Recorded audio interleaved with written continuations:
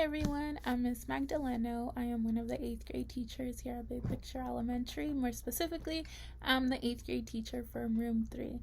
I'm so glad that you are taking the time to join our virtual back to school night. I wish I would have been able to meet y'all in person, but I'm so thankful that you are joining us here. I just want to give you a little overview of what's going to be covered in the video. First, I'll give you a room tour, so you'll see room 3, what's in there, how it looks like. Then we'll get into academic talk. I'll let you know what's expected from our students in room 3 and how our students can meet those expectations, where our students could submit their work, what platform we're using, and things like that. And also, as a guardian, you are able to check their grades, missing assignments on the platform that we use. And then at the very end, I will post my personal info that will include my email and my personal cell phone in case you want to reach out, you have any concerns, you have any questions, or you just want to chat. This right here is our room. I'm so happy that you're finally getting to see it. Our students are grouped in either 3 or 4 per group. Here's our library where our students are allowed to work there if they choose to during independent time.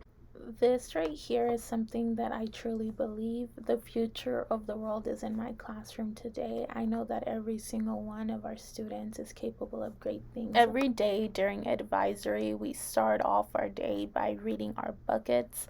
Our buckets are positive affirmations that I really want the students to start saying and to start believing. In our classroom, we do use the acronym CHAMPS. CHAMPS is the way that I communicate with the students what's expected for them for every assignment that we are doing. So, for example, the C is conversation. I will list the level at which they're able to conversate. A level 0 meaning no talking. That's usually when we're having testing. A level 1 is group work time. You can talk, not too loud. As far as the H, I let them know if they need help. Well, who do they ask? It can be asking a peer, it could be asking myself or another teacher in the room. The A is the activity, that's what we're ultimately doing. M stands for movement. Are they able to move around the room? Most of the time it's yes, they can move around and they can sit at their preferred working area. I give our students a lot of autonomy on the decisions that they are making, just because I want them to really own their choices and where they're working. P stands for participation. That just means, well, is Sally doing all the work? No, it's everyone doing all the work, right? I'll let them know. And the S is for success, meaning after we do all of this, at the end, what will that look like? What do we get out of doing this activity? The platform that we use for our work is Google Classroom. The students can access their ELA, their science, their history, our elective. Everything's posted on Google Classroom.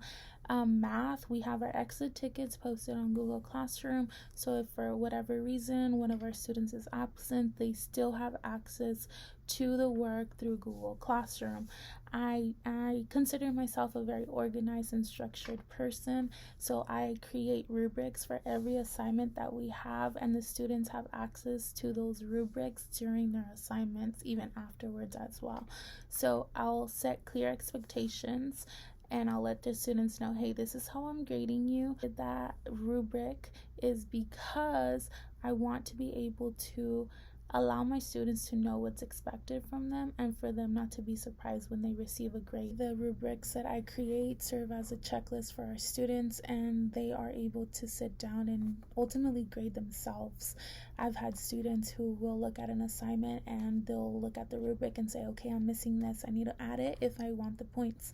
So our students know exactly what's expected from them in each assignment, and I'll let you know how you can get on Google Classroom. You'll have our student log into Google Classroom using their school email and password. They'll click on classwork, and right there where it says view your work, that will give you an exact list of every assignment and the grade that our student has or if they're missing it.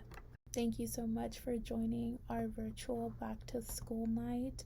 If you have any questions, please don't hesitate to call or text me.